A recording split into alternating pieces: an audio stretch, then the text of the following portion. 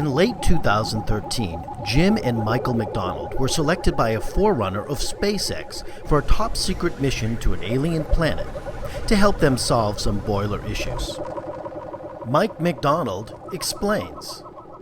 So about 4 years ago, a secret government agency came to us and with a special mission. They had an issue on a planet outside of our solar system, somewhere out in the universe, that had boiler troubles. So, as Mike mentioned, we took that trip 4 years ago, and it was very beneficial not only to talk to the aliens and find out how we could service them, but we learned a lot in return. This trip to that planet really opened our eyes to what could be done in the future. They appreciated our suggestions for more efficient equipment, and we appreciated their input on how we could utilize robots to do a lot of the work that we do down here on Earth. And we went and learned so much about how things could be in the future. Inspired by this interstellar trip, the brothers decided to come up with a plan for R.F. MacDonald that would include servicing these alien planets. A 1,000-year plan. Jim MacDonald explains. The 1,000-year plan, Mike and I are regularly asked about what is your 3 to 5 year plan, so we thought we would just blow that right out of the water and go right to the 1,000-year plan. And also included in the plan for employment, there's an employee section, but it's going to be a pretty small section. We envision robots being able to do a lot of the work that now is being done by humans. Development of this 1,000-year plan took months, and the brothers had to keep it secret from all employees in their very open office environment. Who's there? No, go. You gotta go. The decision was made to use Yosemite for loading boilers on and off alien spacecraft. Plenty of room. Here. Having knowledge of Yosemite and the fact that it's been there for millions of years, we thought it will certainly withstand the time of a 1,000-year plan. As you can see in this top-secret simulated animation, the brothers MacDonald plan to land alien spaceships in Yosemite. The best place to set up our command and control center for the landing of the spacecraft, take the boilers and pumps off of the spacecraft, do the repairs, launch them back into space.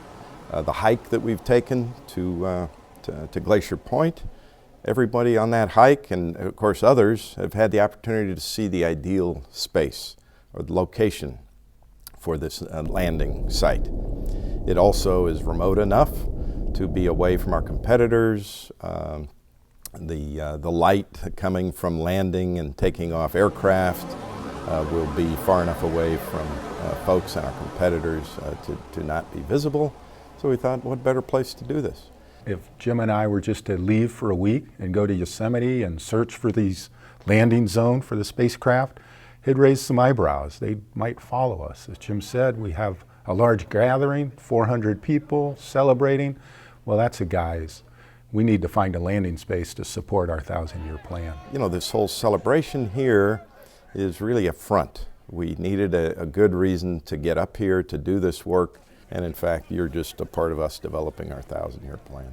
So far, I think we've done a pretty good job of pulling this off. We've asked some crazy questions along the way, and we maybe got some funny looks, but so far it seems like we're doing pretty good to pull this whole thing off.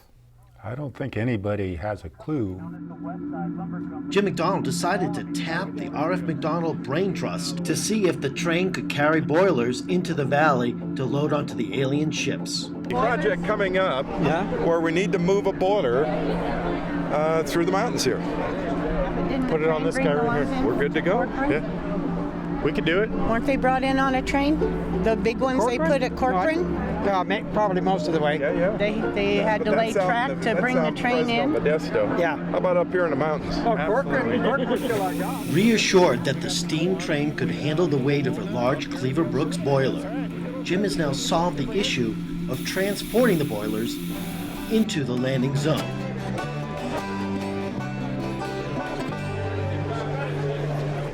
Earlier in the making of this film, the brothers MacDonald confided to the filmmaker that their father might also have been involved in the same alien connection. So our dad used to do had some strange behavior. He would have a tin hat on and be walking around the backyard. So having your father walk around in the backyard with a tinfoil hat on with a hanger in the air, we just thought, well, maybe he just was having one of those sessions. Now, with the communication with the government, it was a precursor to what we're looking at today.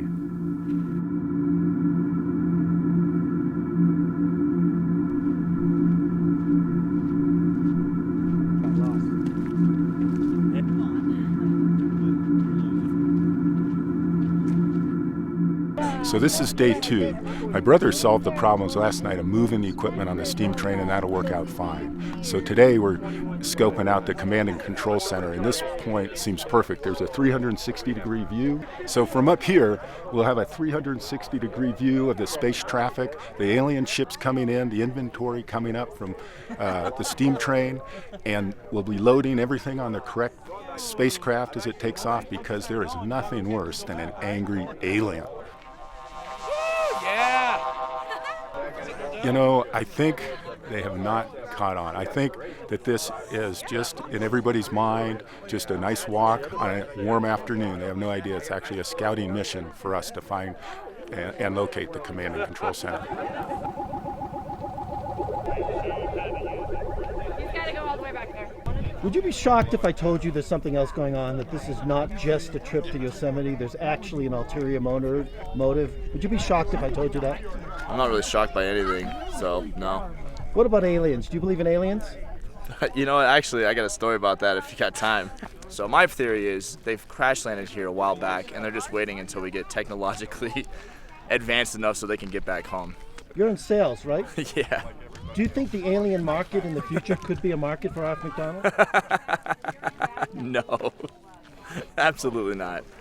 What if I told you that there was something else going on, that this really wasn't a trip for employees, that there was actually something deeper going on? What would you be shocked by that? Yeah. Yes. You're shocked that there could be some other motive to this? Yeah. With the brothers figuring out the transportation and command and control, they're all ready to complete their 1,000-year plan. But we need your help to make it a success.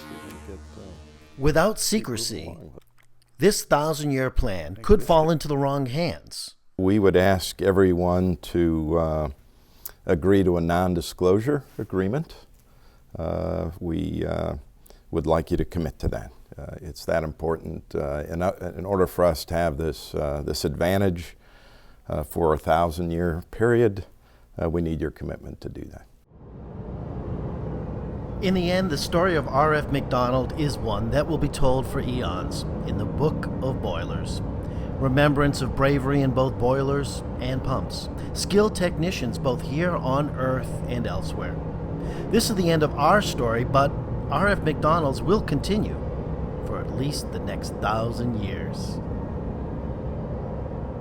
Well, hopefully you've all had fun with our effort to talk about a 1,000-year plan, but you know, in all seriousness, we appreciate all the hard work and effort of all of our employees. Not often that we can have an event like this. We did it 10 years ago. Here we are doing it again at our 60th anniversary. And we just couldn't be any more pleased than to be able to get everybody together in the same place at the same time, recognize all the hard work of all of our employees, and again, we appreciate you know, everything that everyone has done to get us to this point in the history of our company.